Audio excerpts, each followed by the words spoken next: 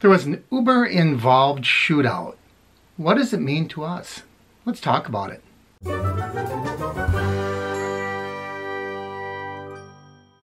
Welcome everyone, I'm Mark. If you're new to the channel, I'm going to ask that you click my face in the corner to subscribe.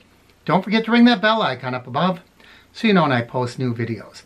This one is going to be short and to the point. There was an Uber-involved shootout.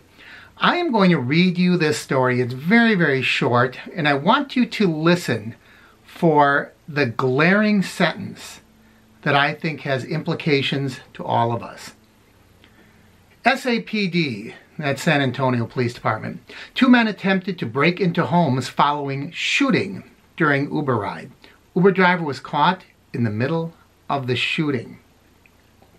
Residents of San Antonio's east side reported attempted break-ins from a wounded man and another man with a gun following a shooting. Can you imagine that? Someone's trying to break into your house, someone's been wounded, shot, someone has a gun. I can't think of anything scarier. Officers were called for the shooting around 11 p.m. Tuesday near the intersection of Interstate 10 and South New Braunfels Avenue. Now remember that Interstate 10.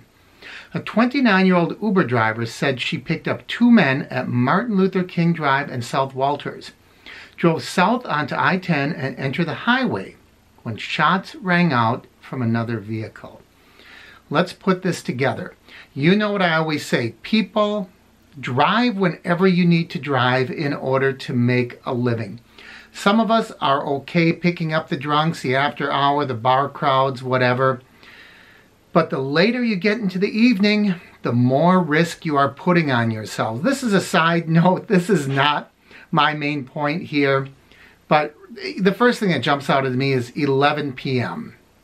You know, 11 p.m., I'm getting ready to catch a few Z's. I'm not out picking up passengers because good stuff doesn't happen the closer you get to and past midnight.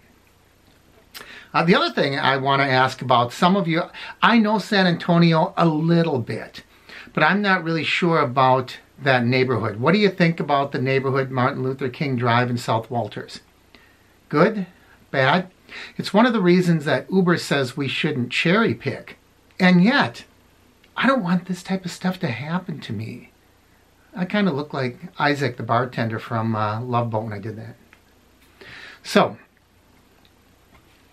the 2 men inside her car returned fire. So imagine this, you get on the interstate, someone starts taking shots at you and the people in your car are shooting back. What is this?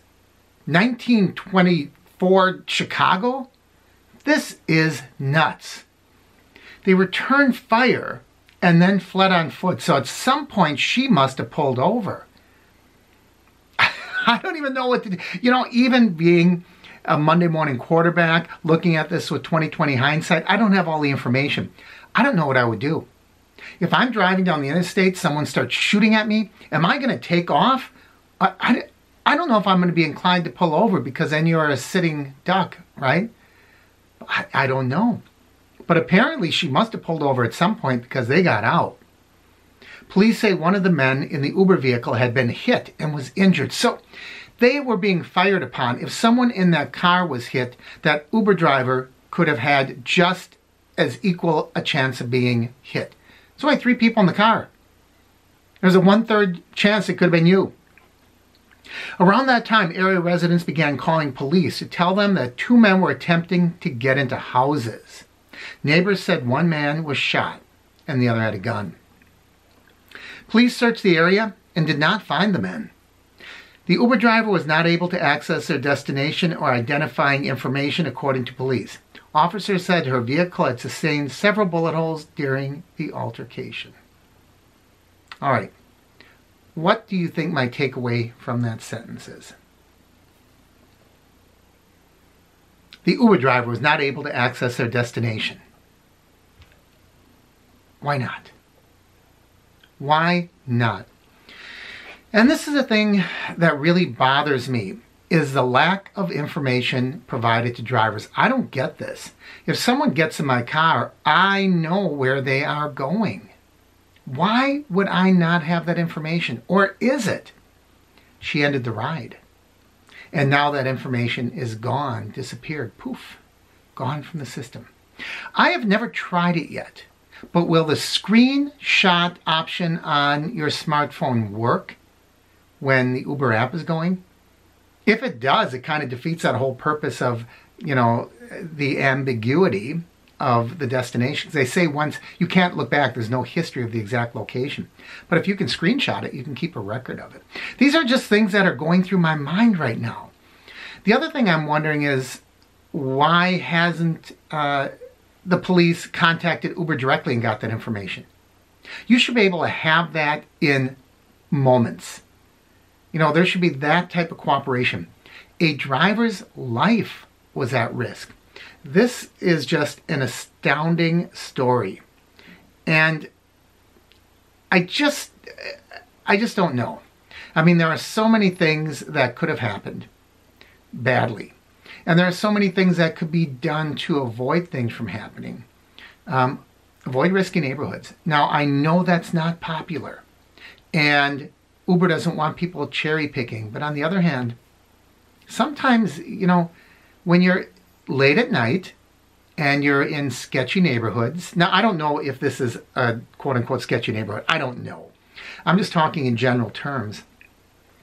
It's my business. Shouldn't I have a right to decide when and where I want to pick people up? And I'm not suggesting that as a matter of fact, I am wholeheartedly against things like racial profiling. That's not what I'm talking about. There is a difference between, looking at ethnicity or religion or anything like that, and just looking at areas that have high crime.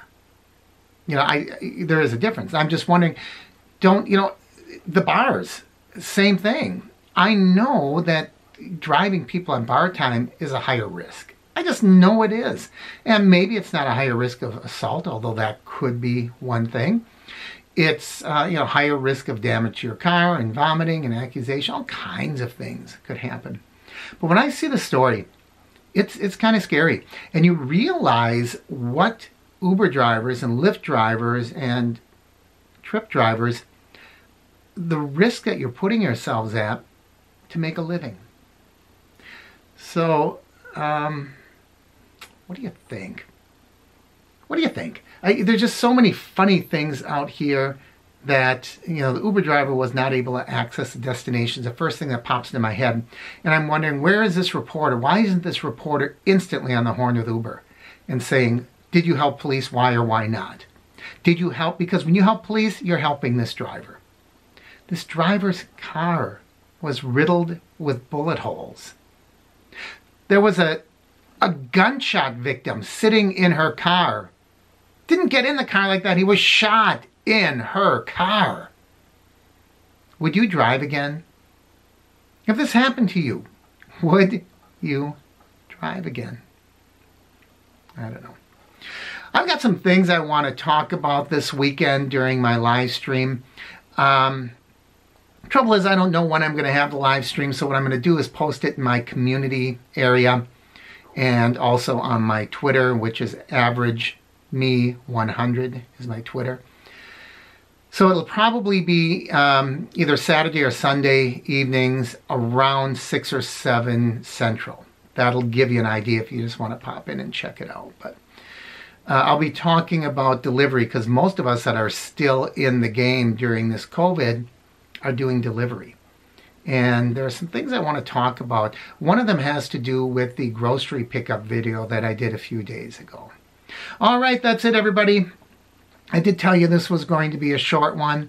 As always, I encourage you to leave your comments down below.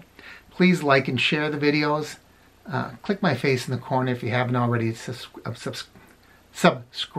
I'm getting tongue-tied near the end of the video. And ring the bell icon up above. That way you'll know when I post new videos. Thanks a lot, everyone. I'm Mark, and this is Mark's Travel Time.